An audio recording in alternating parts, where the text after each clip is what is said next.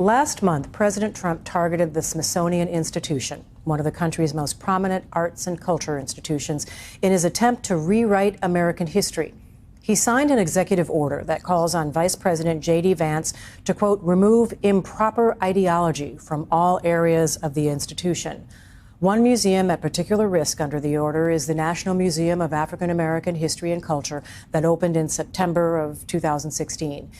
In a piece this week in The Atlantic magazine, the historian and author Clint Smith revisited the museum to take stock of the aspects of American history it conveys.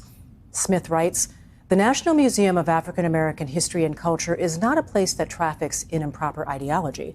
It is a museum that recognizes that America has been suffused with improper ideologies for most of its history. Ideologies that ignore the centrality of slavery to the nation's foundings. Ideologies that tell us the Civil War was simply about states' rights. Ideologies that call Reconstruction a failure rather than a campaign that was actively destroyed. Ideologies that excise the important role of queer and female activists during the civil rights movements. Ideologies that ignore the connections between racism and incarceration. Ideologies that tell Americans that the contemporary landscape of inequality in this country has nothing to do with history and is simply a result of who has worked hard and who has not. And as the Trump administration tries to shut down places that explore history, Jim Crow and the legacy of slavery are at the center of a top-grossing film. Sinners from director Ryan Coogler is about twins, both played by the actor Michael B. Jordan, who returned to their hometown in the Mississippi Delta to open a juke joint at the height of Jim Crow segregation in 1932.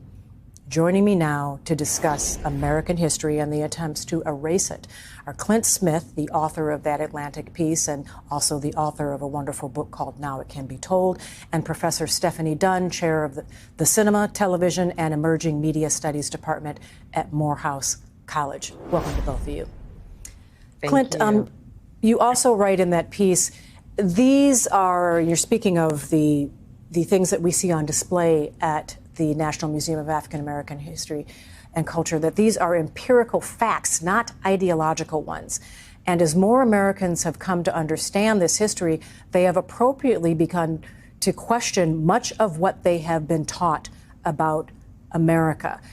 The team that's trying to determine what ideology is improper and what is proper, is that one of the reasons that they're going after this, is because Americans are getting a fuller picture and they're starting to question what they've learned?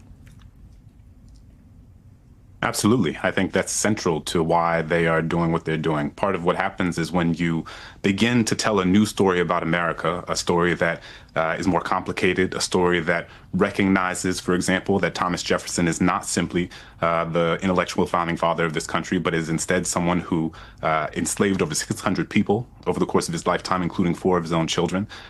Is that you have to tell a different story about Jefferson. And then when you have to tell a different story about Jefferson, you have to tell a different story about the founding of America. And when you have to tell a different story about the founding of America, you have to tell a different story about the country itself. And what the thing for so many Americans, specifically so many white Americans, is that their conception of themselves, whether consciously or unconsciously, is deeply entangled in a story they have been told about America. And so when that story begins to unravel, or that story begins to have layers added upon it that complicate that story, that help us recognize that the reason one community looks one way and another community looks another way is not simply because of the people in those communities, but is instead because of what has been done to those communities or extracted from those communities generation after generation after generation, then it demands that you tell a new story about yourself. And that is a really frightening thing for people. It's a sort of existential crisis to have to tell a new story about this country, meaning you have to tell a new story about yourself. And that's deeply frightening for a lot of people. Professor Dunn, I'm going to get to you in just a minute, but Clint, it also seems like that could be uplifting. I mean, America is a country that is often defined by revolutions as opposed to evolutions. And the fact that we enjoy the country that we live in today is because people evolved, the country evolved, and you can't fully take stock of or or acknowledge or feel a certain pride about the America that we live in if you don't acknowledge where we have been in the past. And to try to remove that history, to me, seems like it's almost like a form of larceny. Isn't there another way of looking at this that doesn't mean that people have to feel bad about what happened, but maybe can feel a little bit better about where we now and understanding how we have evolved as a country?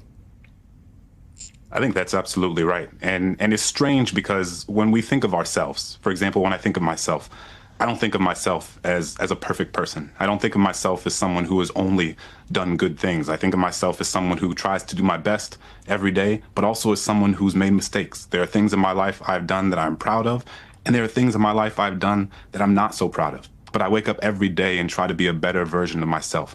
And America is the same thing. America is a place that has provided unparalleled, unimaginable opportunities for millions of people across generations in ways that their own ancestors could have never imagined, and has also done so at the direct expense of millions and millions of other people who have been intergenerationally subjugated and oppressed.